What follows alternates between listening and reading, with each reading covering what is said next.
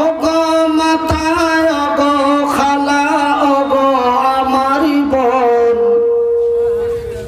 ওগো মাতা ওগো খালা ওগো আমার বোন, এ পুরুষেরই কাছে নারী অমূল্য রতন। আলহামদুলিল্লাহ বলা যাবে না? এর একটু আওয়াজ দিয়ে যদি বলে দেন অসুবিধা আছে?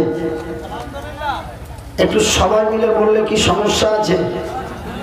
না আপনাদের মনে হিংসা হয় যে আমাদের চাইতে ওরা অমূল্য? অমূল্য মানে দামি। কোন মোবাইলের দাম 500 টাকা, কোন মোবাইলের দাম 5000 টাকা।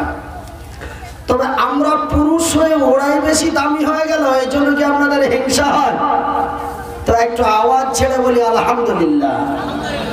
ওগো মাতা ওগো খালা ওগো আমারি বোন, এ পুরুষেরই কাছে নারী অমূল্য রতন। এ দুনিয়াতে যত ধন, এ দুনিয়াতে যত টাকা পুরুষেরই আছে, তারও চাইতো মূল্যবান ওই নারী তারই কাছে। না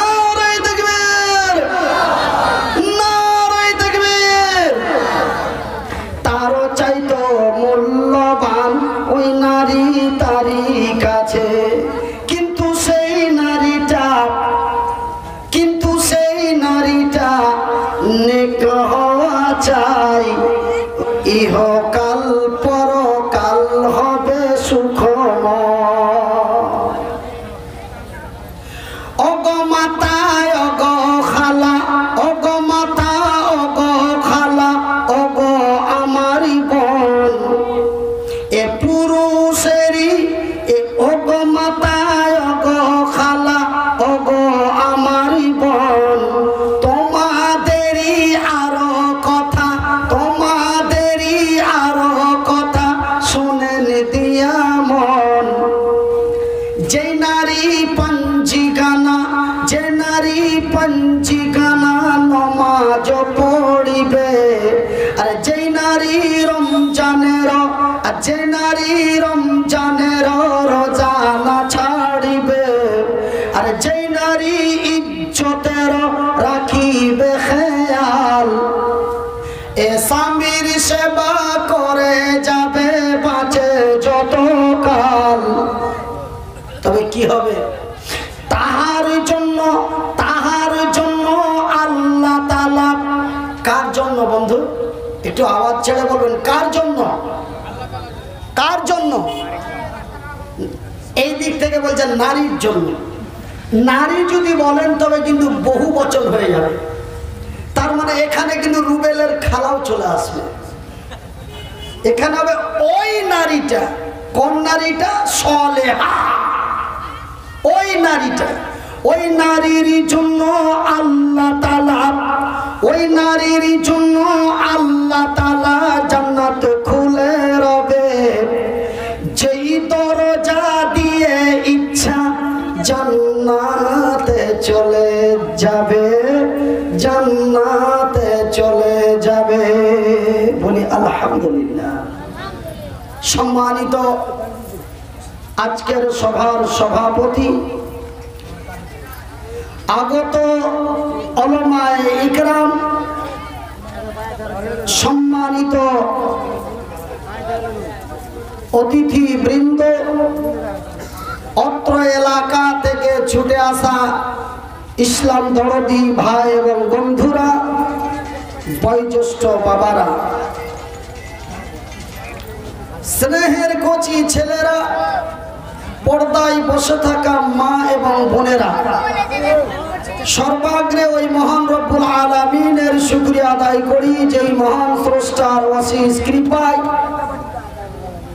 আমরা সারা দিন কাজকর্ম করে নিজেকে অসুস্থ ক্লান্ত বোধ মনে না করে আমরা সুন্দর সুন্দর বাড়ি, সুন্দরী সুন্দরী নারী, আরামের ঘুম হারাম করে বৃষ্টি ভিজা আকাশের নিচে বসে আল্লাহর কোরআন এবং রাসূলের হাদিসের কথা শুনতেছি, তাই একবার মহব্বতের ভালোবাসা দিয়ে আমার আল্লাহর শুকরিয়া আদায় করে বলি আলহামদুলিল্লাহ। তারপরে পরেই আমাদের ধর্মের গুরু, ধর্মের নেতা, দো জাহানের নবী, নবী মুহাম্মদুর রাসূলুল্লাহ বলুন সাল্লাল্লাহু আলাইহি ওয়াসাল্লাম। আমার ভাইয়েরা, আজকে সকাল থেকেই ওই ধারটা একটু ডিস্টার্ব, সেহেতু আমি পবিত্র আল কোরআন থেকে শুধুমাত্র অনলি একটাই আয়াত পাঠ করেছি। সেই আয়াতটিকে সামনে রেখে আপনাদের কাছে কিছু আলোচনা করব, মহান স্রষ্টা আমাকে বলার এবং আপনাদেরকে শোনার পরে মেনে চলার তৌফিক দান করেন। একবার জোরে বলি আমিন। আমার ভাইয়েরা, আমার মনে একটু ভয় যে এই আকাশের যা হঠাৎ করে যা পরিস্থিতি, মনে হয় আপনাদের ভিতরে ধুকধাক ধুকধাক করছে যে হালকা টিকটাক ফুরফার ফুরফার বৃষ্টি হঠাৎ করে যদি জোরে চলে আসে আমরা হয়তো ভিজে যাব, সেহেতু আমরা এখনই বাড়ির দিকে রাস্তা নেই। এরকম যদি আপনাদের মনে ভিতে ভয় থাকে, আপনারা সেই ভয়টা একটু দূরে রাখেন। কেন? আমি আজকে বিগত 12 বছর থেকে, তার মানে 2008 সাল থেকে আমি আপনাদের দোয়ায়, আল্লাহর দয়ায় এই জগতে আছি। কিন্তু মহান স্রষ্টার অশেষ কৃপায় আমি যতক্ষণ এই জায়গাটাতে বসে থেকেছি ততক্ষণ পর্যন্ত মহান স্রষ্টা কোনো প্রোগ্রামে আমাকে ডিস্টার্ব দেয়নি। হয়তো স্টেজে যাওয়ার আগেই যা হওয়ার হয়ে গেছে, আর না হলে স্টেজ থেকে নেমে যাওয়ার পরে হয়েছে। এরকম অনেক জায়গায় নজির আছে। তো যাই হোক, আমার ভাইজানেরা, আপনারা ভয় মনে করবেন না।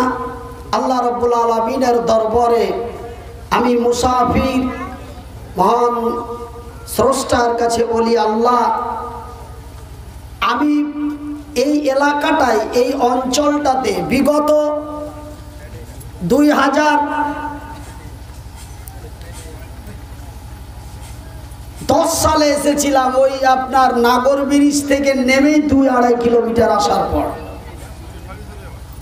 খাড়ি শরিয়াবাদ না কি বলছে, তারপরে আপনাদের এই জায়গায় আগমন। আশেপাশে আবার কোথাও এসছি কিনা তা স্মরণ শক্তি রাখাটা সম্ভব নয়। কেন? একটা বছরে, একটা সিজনে 250 থেকে 255টা প্রোগ্রাম করি, সেহেতু তা সম্ভব, মনে রাখা সম্ভব নয়।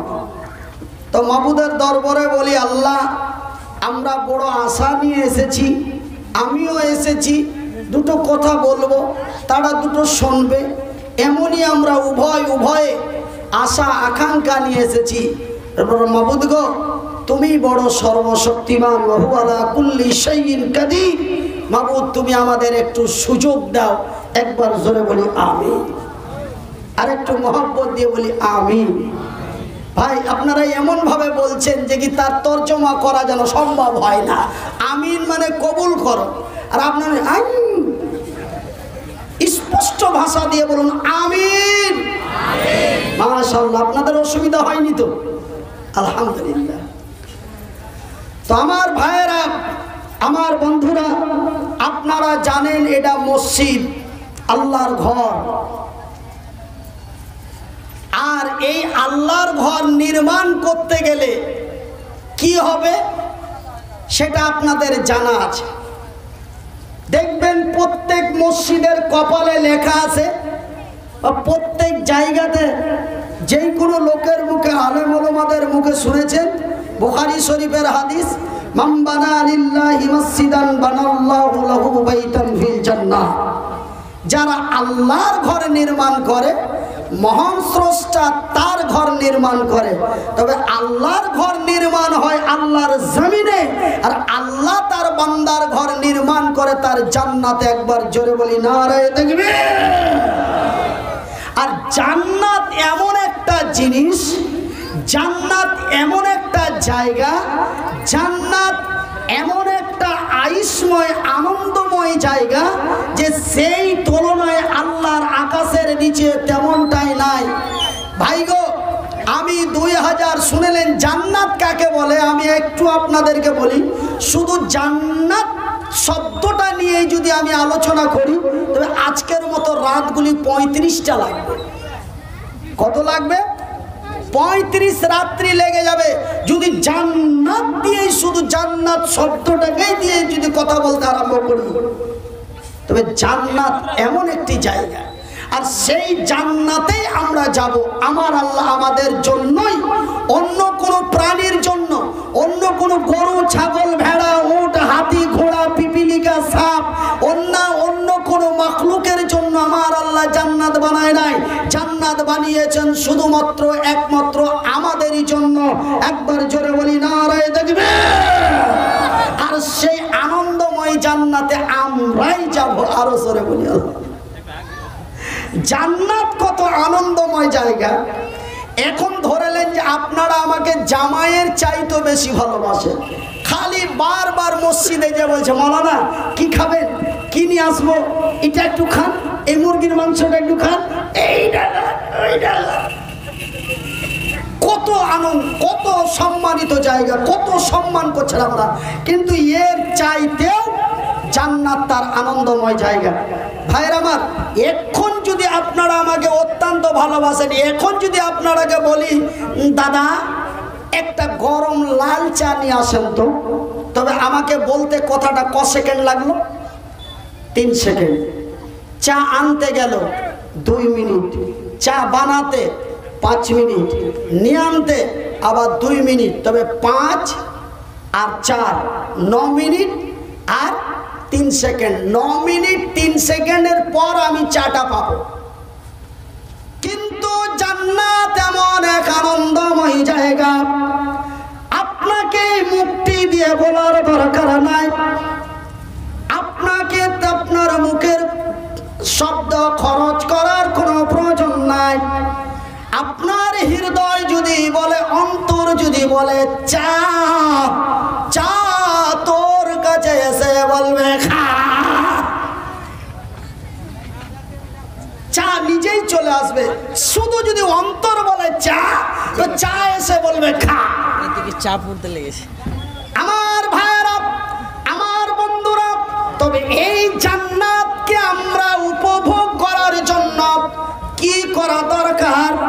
এই জান্নাতে যদি আমাদের যেতেই হয়, এই জান্নাতের আনন্দময় আইশ যদি আমাদের করতেই হয়, তবে পবিত্র কোরআনটি খুলে দেখুন।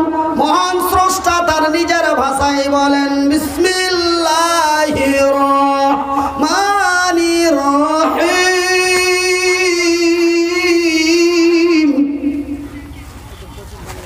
ওয়াকিমুস সালাতা ওয়া আতুজ যাকাতা ওয়া আতিউর রাসূলা লাআল্লাকুম তুরহামুন। রে উত্তর দিনাজপুর জেলার লোকেরা, রে রায়গঞ্জ থানার লোকেরা, রে বিশ্ব জগতের নর নারীরা, রে আমার বান্দা এবং বান্দিরা, তোমরা যদি আমার আনন্দময় জান্নাত পেতে চাও, তোমরা যদি আমার জান্নাতের আইশময় ভোগ করতে চাও, ওয়াকিমুস সালাত, তোমরা নামাজ প্রতিষ্ঠা করো। কেন জানো রে? কেন জানো রে? জান্নাত অতি সুরক্ষাময় জায়গা, জান্নাত অতি দামিময় জায়গা। সেই জান্নাতটি যেন খুলে রাখা তা সম্ভব নয়। কেন? একটা দামি গোডাউনে লক্ষ কোটি টাকার মাল যদি থাকে, সেই গোডাউনটা যেমন খুলে রাখা সম্ভব নয়, খুলে রাখতে গেলে তার ক্ষতি হতে পারে, তার নোংরা চুরি অনেক কিছু হতে পারে নাকি নাকি? তবে আপনি সেই দামি সেই ওই গোডাউনে আপনাকে লক আপ করে রাখতে হবে। ঠিক আমার আল্লাহ ওই আনন্দময় জান্নাতে তেমনই এক লক আপ করে রেখেছেন। আপনাকে যদি জান্নাতে যেতে হয়, আপনাকে যদি জান্নাতের উপভোগ করতে হয়, তবে ভাইজান বন্ধুরে আমার রে আমার আব্বা জানেরা, তবে ওয়াকিমুস সালাত, নামাজ প্রতিষ্ঠা করো, নামাজ কায়েম করো। কেন? নামাজ হলো জান্নাতের চাবি। নারায়ে তাকবীর। ওয়াকিমু ওয়াতুজ যাকাত, আমি আল্লাহ তোমাদের লক্ষ কোটি টাকা দিয়েছি, বিঘার বিঘা বাগান সম্পদ দিয়েছি, সেই সম্পত্তি সেই টাকার যাকাত আদায় করো। ওয়াতিউর রাসূল, আমার নবীর অনুকরণ অনুসরণ করে চলবে।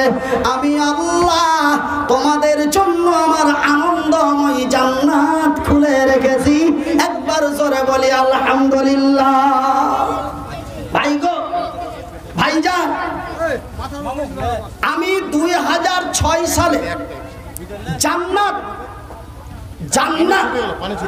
জান্নাত কত আনন্দময় জায়গা, যে ওই দিন আমার 2006 সালে 30শে ডিসেম্বর জান্নাত বলে আমার একদিন স্মরণ হলো দিল্লির মাটিতে।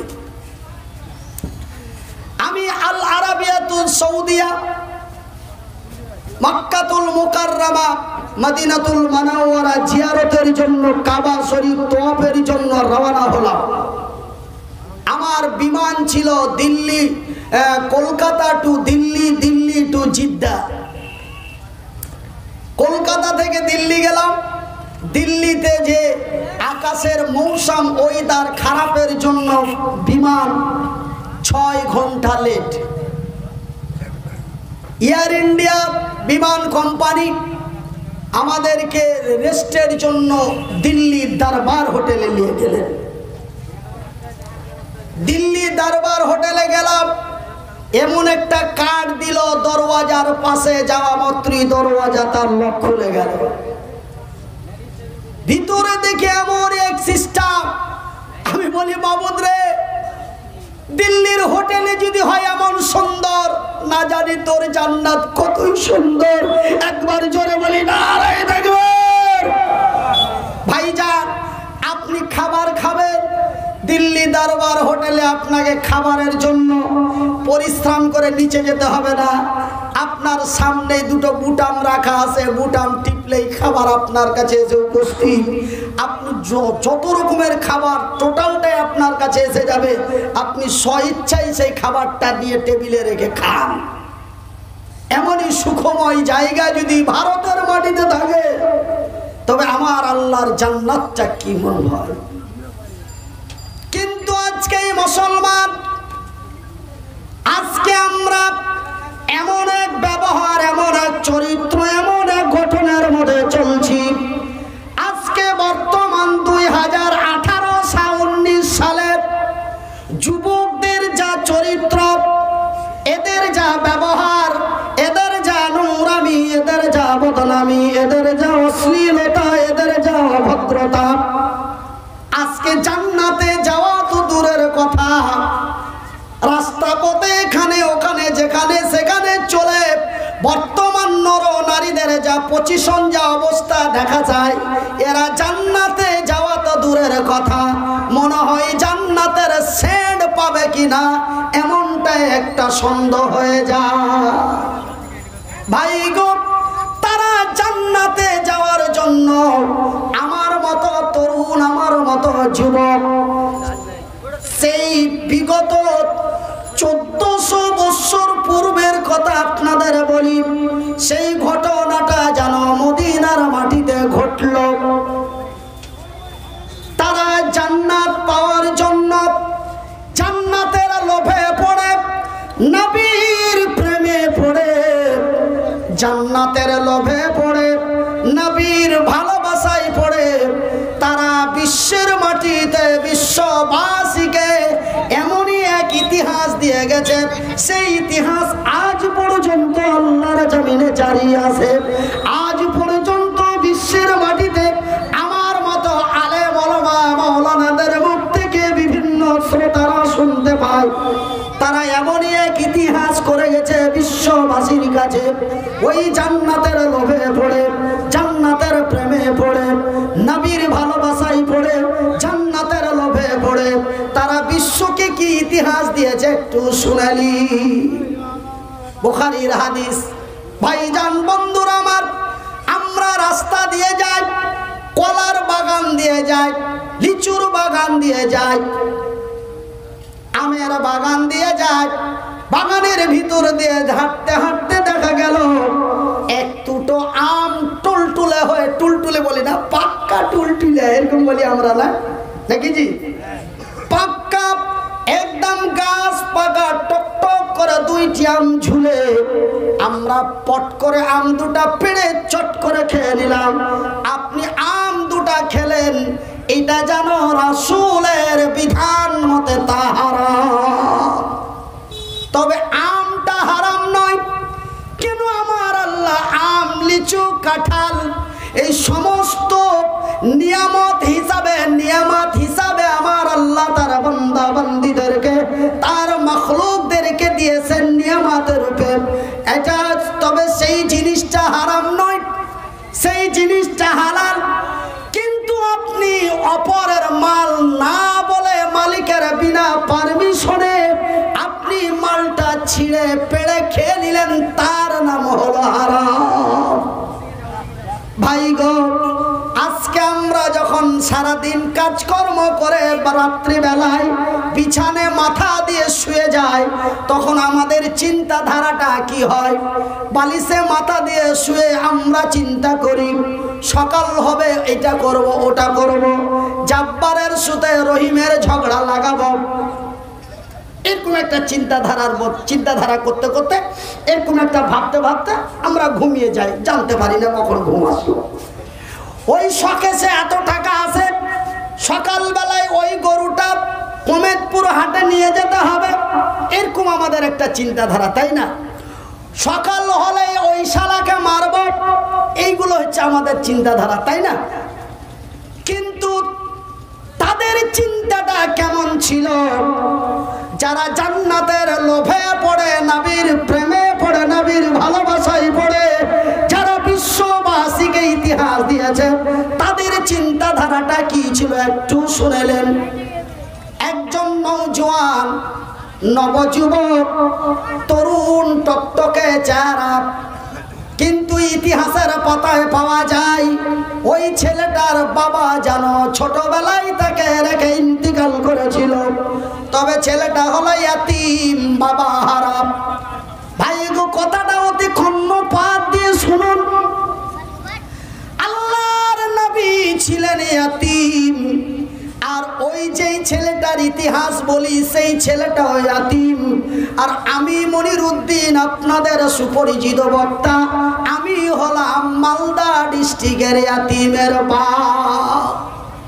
আমার কাছে এখন প্রায় 85টা ইয়াতীম ছেলে আছে, আমি তাদের শিক্ষা দীক্ষা দিই। আপনারা গুগলে সার্চ করবেন, পেয়ে যাবেন।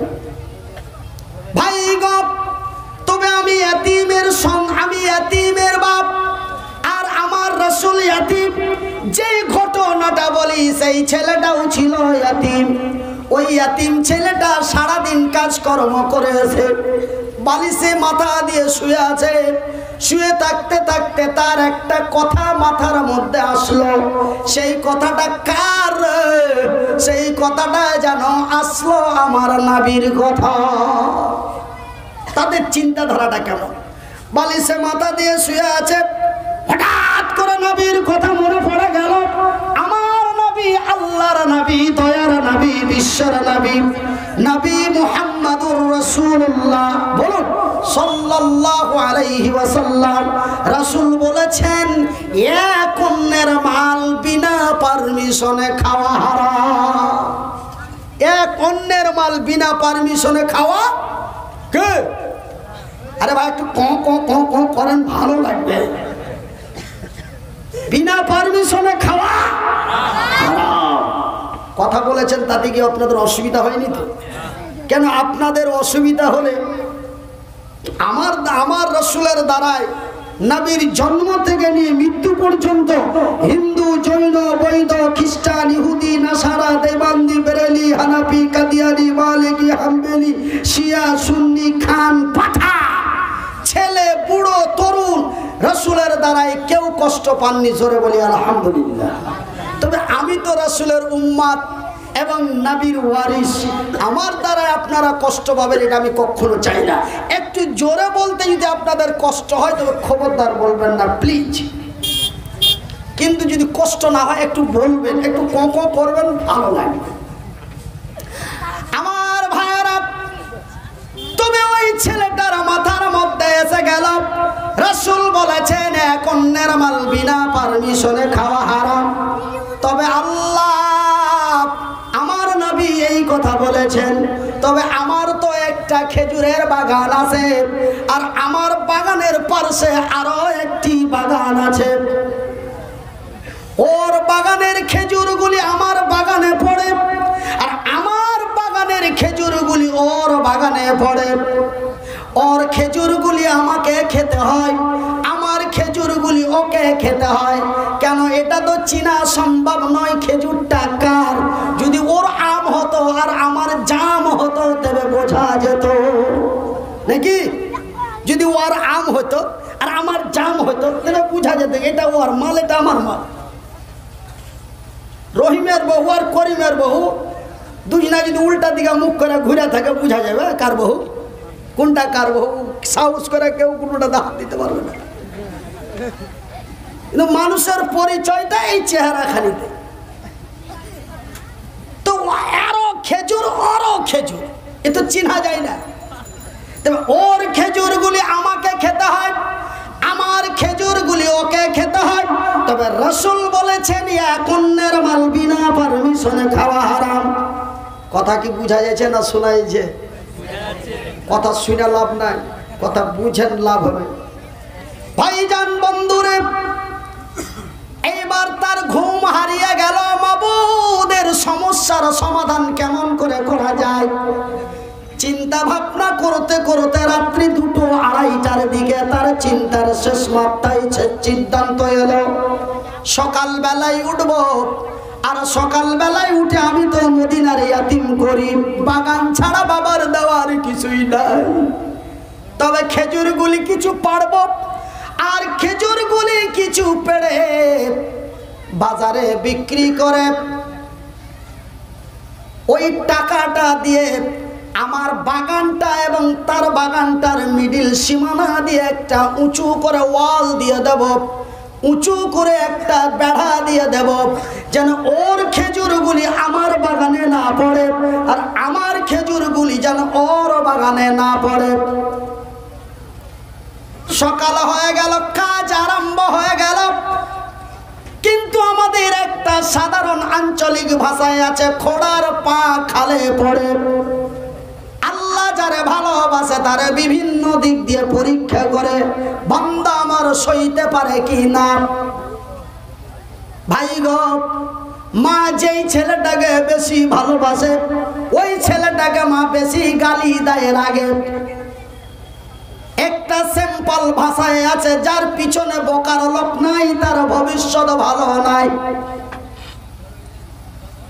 বন্ধুরে আমার শিক্ষিত ভাইরা, ওই ইয়াতিম ছেলেটা সুন্দর করে বেড়াটা নিয়ে যেতে যেতে যেতে যেতে বাগানের শেষ প্রান্তে যে দেখা যায়, বাগানের শেষ প্রান্তে যে দেখা যায় পাশের বাগানওয়ালার একটা খেজুরের গাছ এমন গ্যাপ হয়ে ঘোপা হয়ে ঢুকে আসে।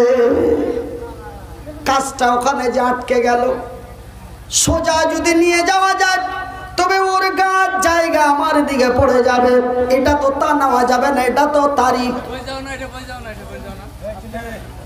টার্নিং করে যদি নিয়ে যাওয়া যায়, ব্যাক করে যদি বারশোয়ের ব্যাকের মতো করে যদি নিয়ে যাওয়া যায় তবে খরচটা বেড়ে যায়। এই সমস্যার সমাধান কি করে করা যায়? কাজটা বন্ধ হয়ে গেল। ওই ইয়াতিম ছেলেটা ওই বাগানওয়ালার কাছে চলে গেল। বাগানওয়ালাকে যে সুন্দর করে তারে দরখাস্ত দিল, গো বাগানওয়ালা, ওই যে আপনার বাগানের শেষ প্রান্তের যেই খেজুরের গাছটা রয়েছে, ওই খেজুরের গাছটি যদি আমাকে দিতেন আমি যেন বড় কল্যাণময় হতাম। তবে বাগানওয়ালারে আমি এমনি ফিরি চাই না, আপনার কাছে কিছু বিনিময় দিয়ে অল্প কিছু টাকা দিয়ে আমাকে ওই গাছটা দিয়ে দাও, তবে আমার বলটা সোজা চলে যাবে। ওই ইয়াতিম ছেলেটা একবার নয়, দুইবার নয়, তিনবার নয়, কয়েকবার করে ওই বাগানওয়ালারে বলে, কিন্তু বাগানওয়ালা তার কথাই কোনো গুরুত্ব দেয় না। এই দিকে বলে এই দিকে ফিরে যায়, এই দিকে বলে এই দিকে ফিরে যায়। ভাই গো, গরিবের মর্যাদা সবাই দিতে জানে না বা দেয় না। ওই ইয়াতিম গরিব ছেলেটার কথাকে মানলো না, অমান্য করে ঘুরে গেল। বন্ধুরে, রে আমার আব্বা জানেরা, হে আমার ভাই জানেরা, রে আমার সোনার জানেরা, রে আমার শিক্ষিত বুদ্ধিজীবী বন্ধুরা, রে আমার পর্দা নাসিন মায়েরা, আমি মনির উদ্দিন বলছি, শুনে যাও রাতের বেলা। ওই এতিম ছেলেটা যখন বাগানওয়ালা তার কথার কোনো মর্যাদা দিল না, বাগানওয়ালা ফিরে চলে গেল। এই সমস্যার সমাধান কোথায় পাওয়া যায় রে?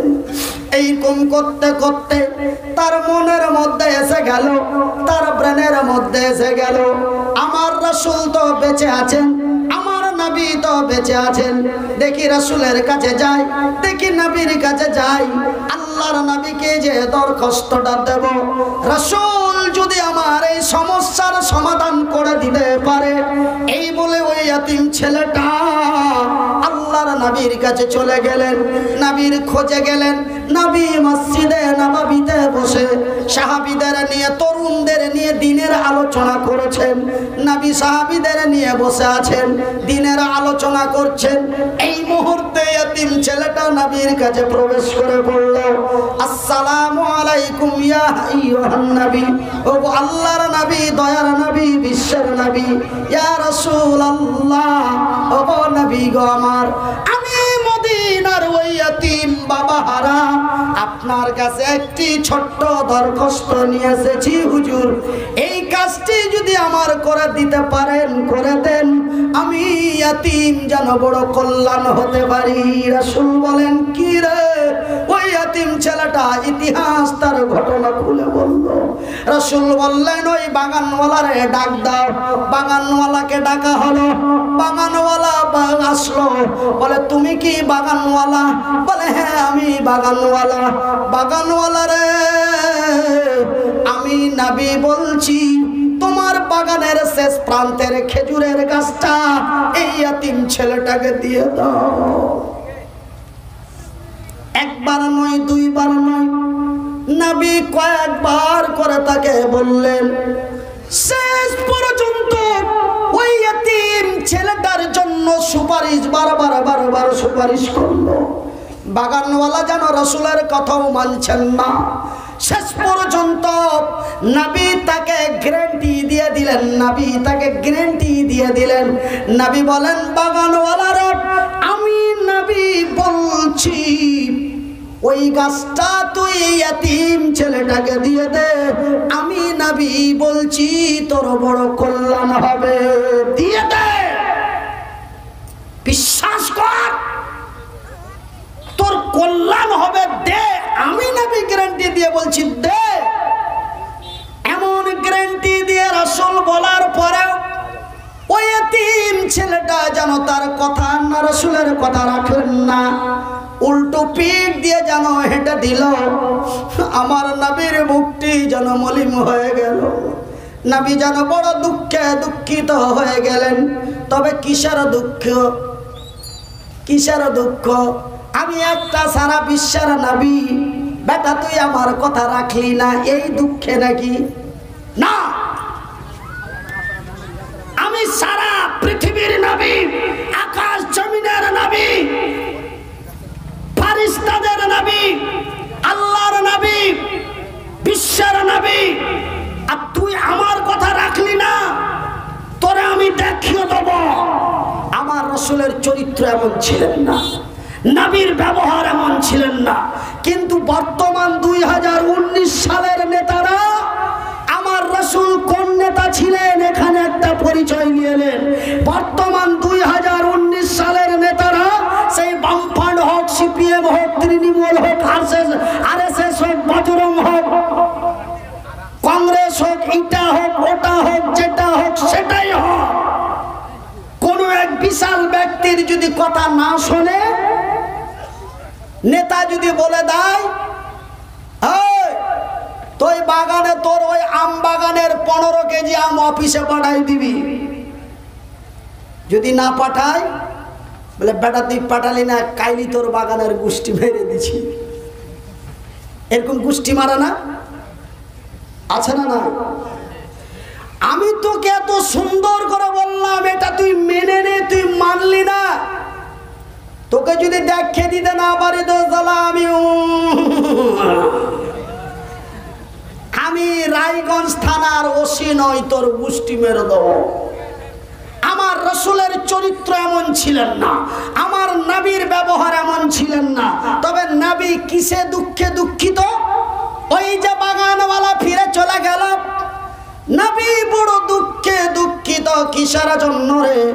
আমি ইয়াতীম হয়ে এই ইয়াতীম ছেলেটার উপকার করতে পারলাম না। এটাই হলো রাসূলের দুঃখ, এটাই হলো নবীর ক্ষোভ।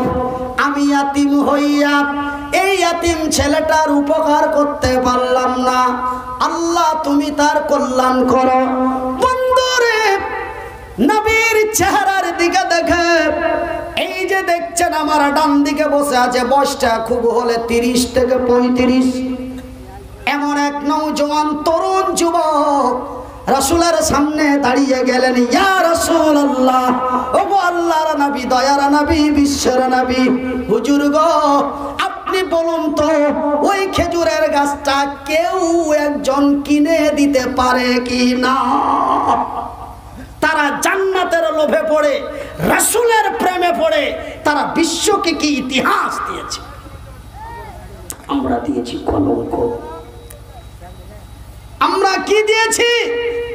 কলঙ্ক। মুসলিম নামে বদনামি,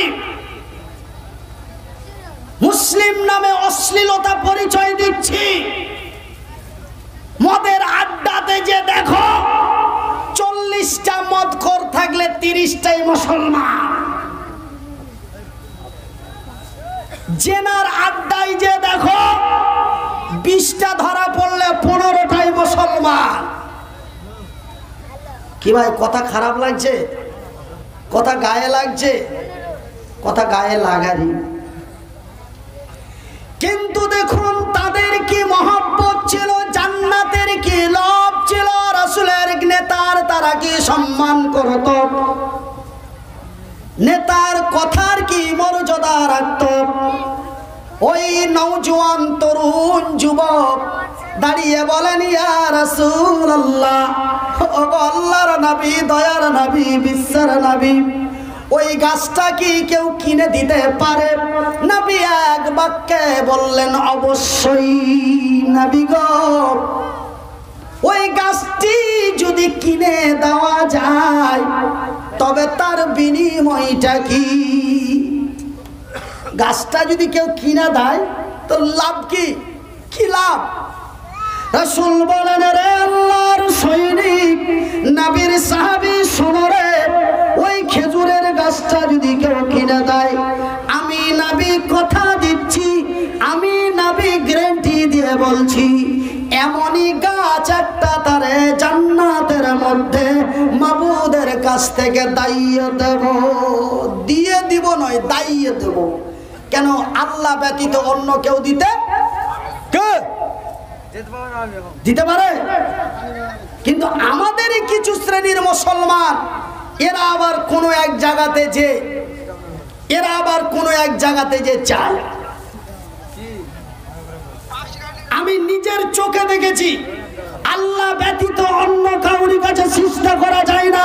মহান আল্লাহ বলেন, ইন্নাশ শিরকা লা যুলুমুন আযীম, যারা আমার সঙ্গে অন্যরে শিরিক করে তারা যেন শিরিক না, তারা যেন আমার সঙ্গে জুলুম করলো। ইন্না শিরকা লা জুলুমুন আযীম। আমাদেরই মতো এক ধরনের মুসলমান, ওর নাম আব্দুল্লাহ, ওর বাবার নাম আব্দুর রহিম, ওও 5 ওয়াক্ত নামাজ পড়ে, তারাও 30টা রোজা রাখে, কিন্তু ওদেরও নাই ধর্ম হলো ইসলাম। ওরাও বলে আমরা ইসলাম ধর্মের মানুষ, ওরাও বলে মুসলমান।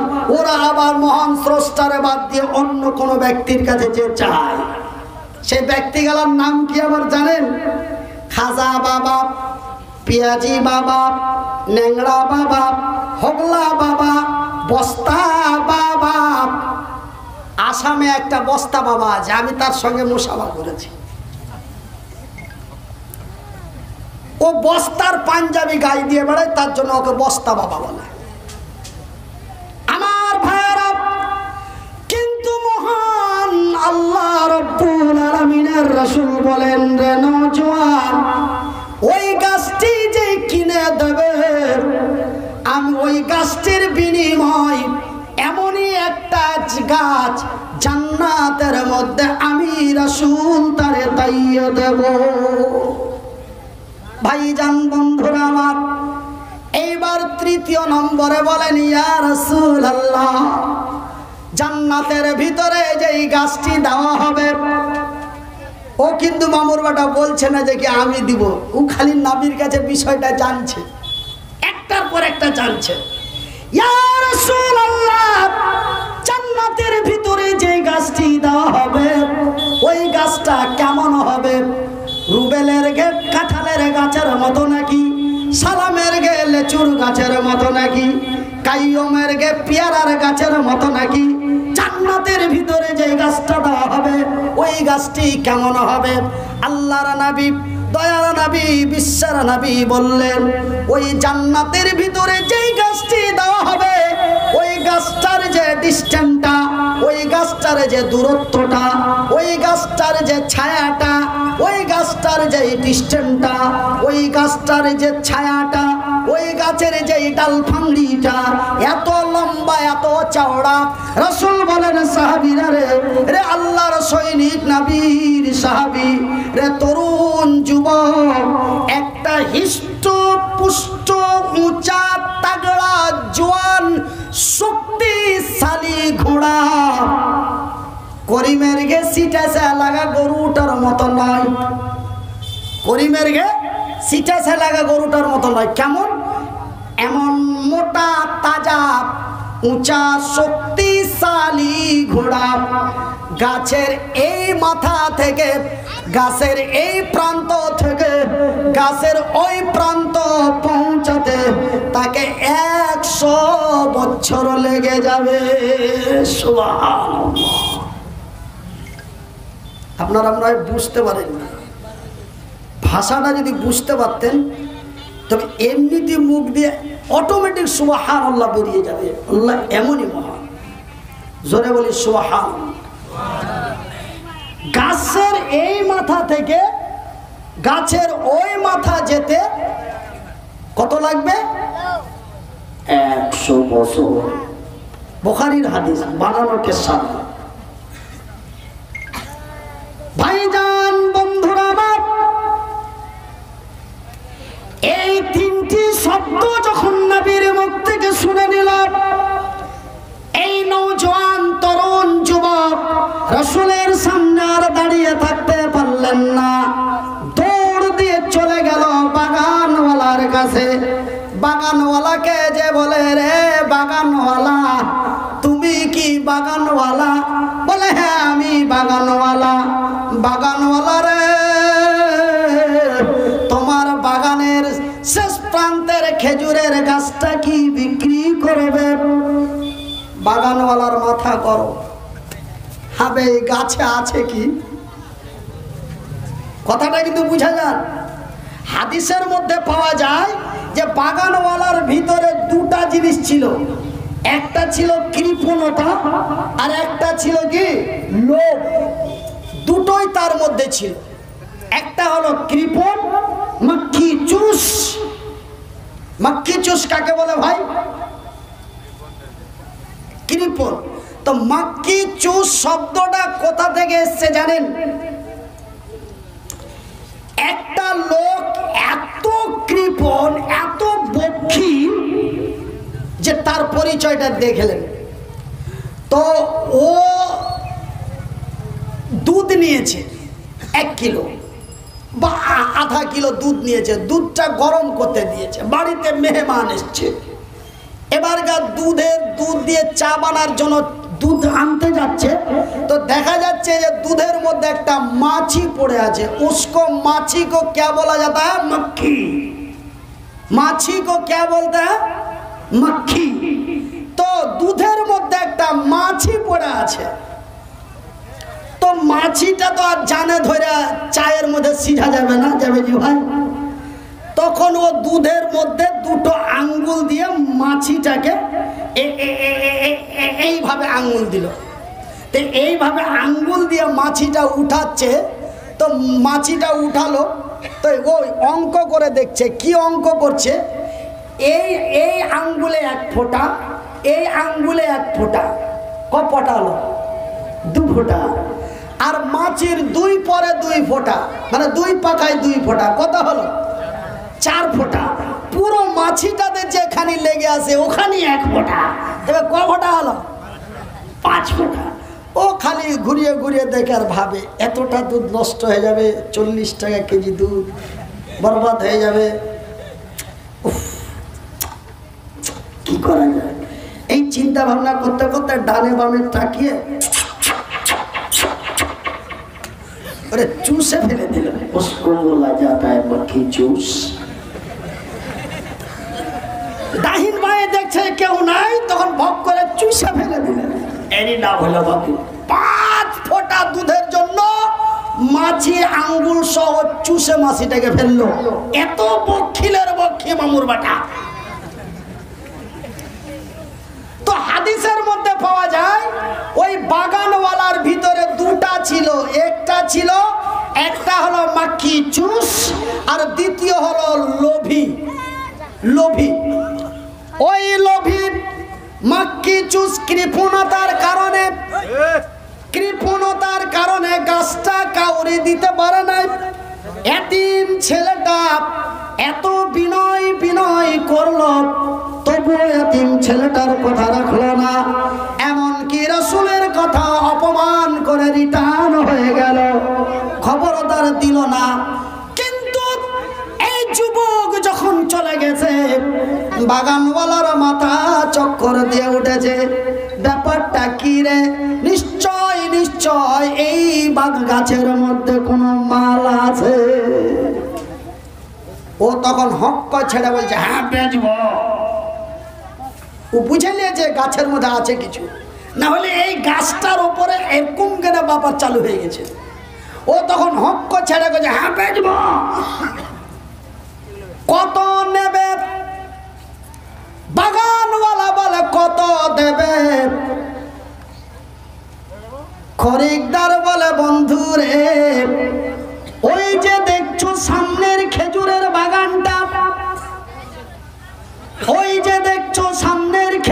বাগানটা, ওই বাগানটি হলো আমার।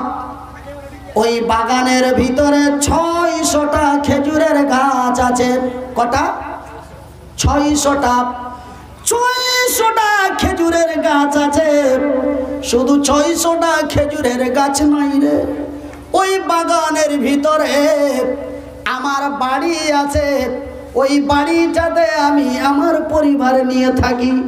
ওগো বাগানওয়ালা বন্ধু, আমি ওই গাছের বিনিময়, আমি ওই গাছের দাম তোমাকে বাড়ি সহ বাগানটাই দিয়ে দিলাম।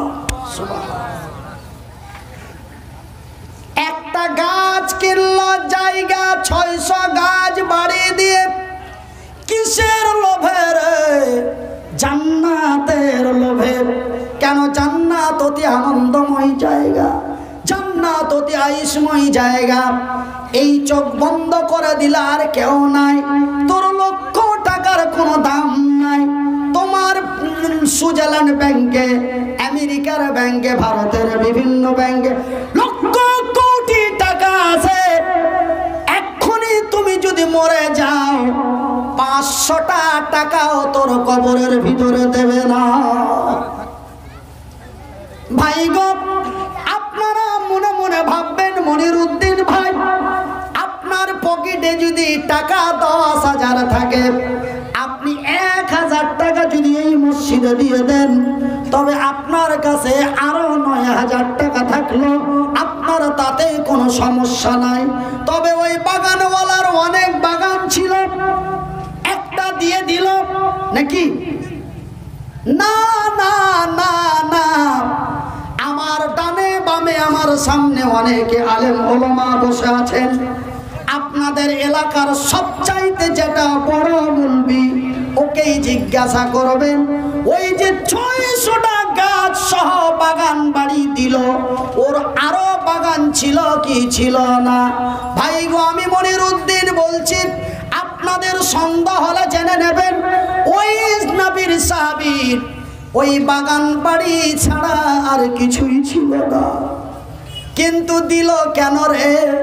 দিল শুধু জান্নাতের লোভে পড়ে, নবীর ভালোবাসায় পড়ে। ভাইজান বন্ধুরে, বিবির সাথে কোনো পরামর্শ নাই, বিবিকে কিছুই বলে নাই। এবার দেখুন বিবি তার স্বামীকে কেমন আদর্শ করত, স্বামীর কত মর্যাদা দিত। কিন্তু ভাইজান বিবির সাথে কোনো পরামর্শ করলো না, বিবিরে কোনো জানতে দিল না। কাজ কমপ্লিট করার পরে বিবি তার জানতে পারছে। ভাইজান বন্ধু আমার, আব্বা জানেরা আমার, আর তারা ওই ওই ওই ওই জামানার মেয়েরা জান্নাতের জন্য কত কি করতে পেরেছে। কিন্তু বর্তমান আমার ভাবির যা ব্যবহার, আমার বোনের যা চরিত্র, আমার মায়ের যা ব্যবহার, আমার দাদির যে ব্যবহার, আমার চাচির যে ব্যবহার, আমার খালার যে ব্যবহার, আমার ভাবির যে ব্যবহার, আমার বোনের যে ব্যবহার, এরা জান্নাতের পাশাপাশি যেতে পারবে কিনা সন্দেহ মনে হয়। কয়দিন হলো, 2.5-3 মাস হলো লাগছে না, একটু বেশি হলো, একটা বিচারে গেছে। ও মানে হারগা শেরশাবাদিয়া শেরশা ভাটিয়া ভাষায় বলে কি মাইয়া মদের বিচার। হ্যাঁ, মানে মাইয়া মদের বিচার, মানে মাইয়া আর ভাতারের বিচার, মানে স্বামী স্ত্রীর বিচার। তো স্বামী স্ত্রীর বিচারে ও হাকোটে গেছে, আম্মু চলে গেছে। এবার বিচারে বোঝা, তোমরা কও কি আছে? বলছে ওই মরার ভাত আমি খাবো না। ওগুলা করতে হয় না, কেন ভাত খাবে না? বলছে না, ও আমাকে আবার জায়গা জায়গা সব জায়গায় বেড়েছে। তোমরাকে যদি দেখায়, ও তো জায়গার মাছ দেখা যাবে না, দেখাই তো তোমরাই কইবে যে আর ভাত খায়ও না। হাঁকে এরকম করে ফাটিয়ে ফুটিয়ে বেড়েছে। তো কইছে তোমারকে কি থেকে নিয়ে কি হইলো? তখন কইছে প্রথম থেকে কও, একদম শুরু থেকে কও। কইছে শুনো, 20 টাকা জোড়া এখন ডিম। কয় টাকা জোড়া? 20 টাকা জোড়া ডিম। আমি কালো মুরগির ভালো ভালো 5টা ডিম আমি শিখাতে থুয়েছিল ভুচকিতে। ও গাড়ুয়া আমাকে না কয়ে কেনে ঝুরি করে খেয়েছে একটা। ওকে না কয়ে, ওকে না বলে একটা ডিমের ঝুরি করে খেয়েছে। তারপরে কথা কাটাকাটি করতে করতে এই বরদাস্ত করতে পারিনি, বেছে একদম দোবারে করে পুষ্টি বেড়ে দেবো। একটা ডিমের লেগে তুই আজে বাজে ভাষা কবি, ও থামবে কত? তুই থামতে পারি, দিয়ে যা, সাজিয়ে দিয়ে যা। বুঝলে? এই হলো আমার বোন, আমার ভাবি, আমার চাচি, আমার ফুফু, আমার দাদি। একটা ডিম বিনা পারমিশনে খাওয়ার লেগে নানান ভাষা করে স্বামীকে গাইল দিয়েছে। ও আর থামতে পারে? ও তখন ওকে 8 পিঠে ঠাটালছে। কিন্তু শুনেলেন যুবকের ঘটনা, জান্নাতের লোভে পড়ে, নবীর ভালোবাসায় পড়ে, বাগান বিক্রি করে দিল এই গাছের বিনিময়। বাগান বিক্রি করে দেওয়ার পরে সাথে সাথে বাড়ি চলে গেল। বাড়িতে যে বাড়ির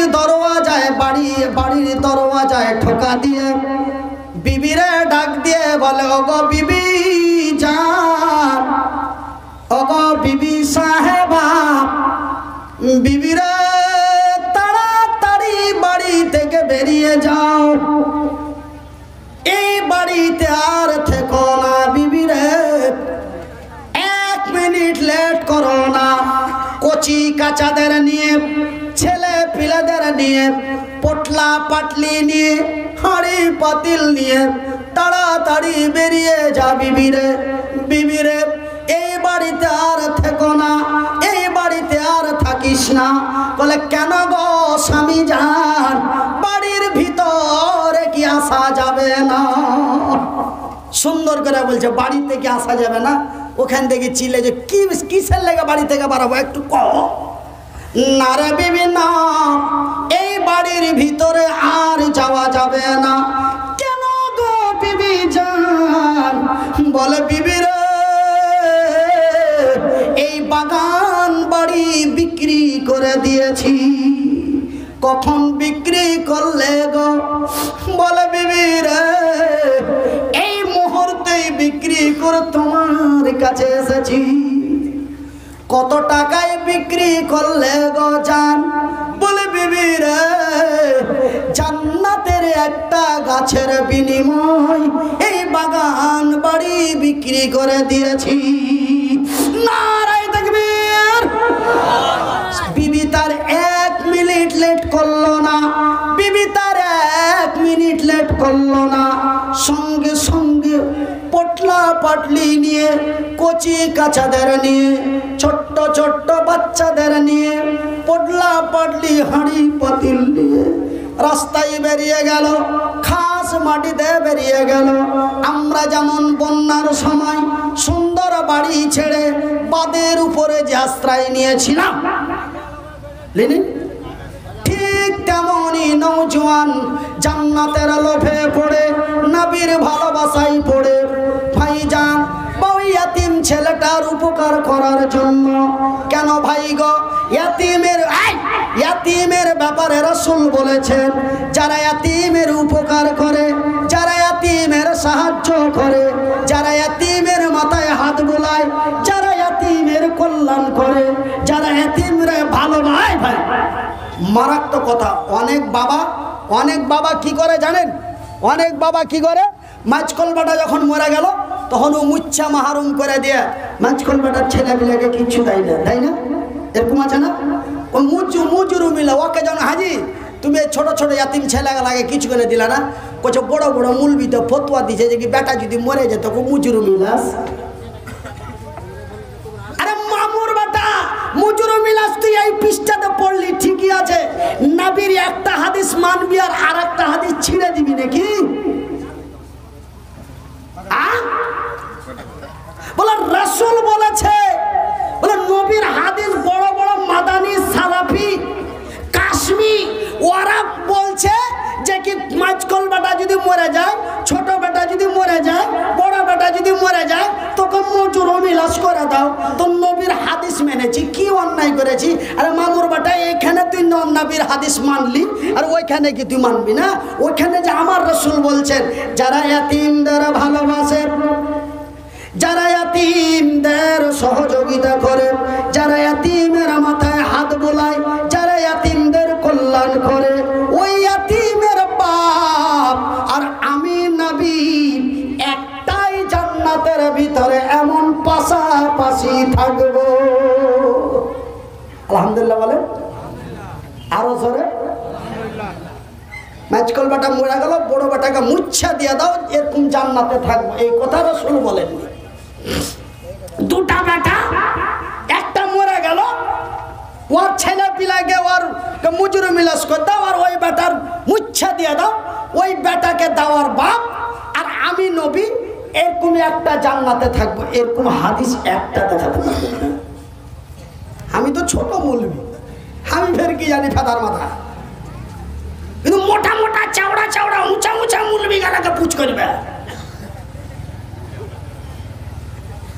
এরকম ধরনের রাসূলের হাদিসে খুঁজে পাবেন না।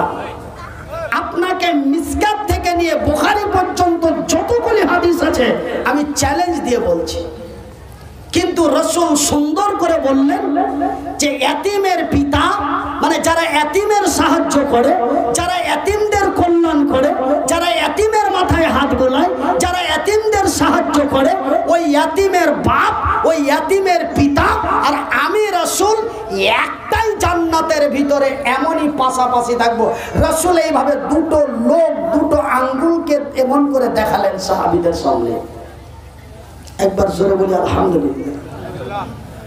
ওই ইয়াতীমের কল্যাণের জন্য, জান্নাতের জন্য, নবীর ভালোবাসা টিকিয়ে রাখার জন্য ওই নওজোয়ান 600টা গাছ বাড়ি সহ বাগানটা ওই গাছের বিনিময় দিয়ে দিল। এই ছিল তাদের জান্নাতের লোভ, এই ছিল তাদের জান্নাতের আশা। ভাইজান বন্ধুরে আমার, আর একটা কথা আপনাদের বলবো, আমি যখন খুতবা পাঠ করে কোরআন তেলাওয়াত করছিলাম, আমার কানের কাছে এসে বলল, মাওলানা এখন কোনো আর বৃষ্টি হয় না। একবার জোরে বলি আলহামদুলিল্লাহ। তবে যখন বৃষ্টি আকাশ থেকে চলে গেছে কোরআন তেলাওয়াতের সময়, ভাইজান বন্ধুরে আমি একটা প্রথমে হাদিস বলেছি, মান বানা লিল্লাহি মাসজিদান বানাল্লাহু লাহু বাইতান ফিল জান্নাত। ওই হাদিসটা যেন বুখারীর হাদিস, যেই ঘটনাটা বললাম এটাও যেন বুখারীর হাদিস।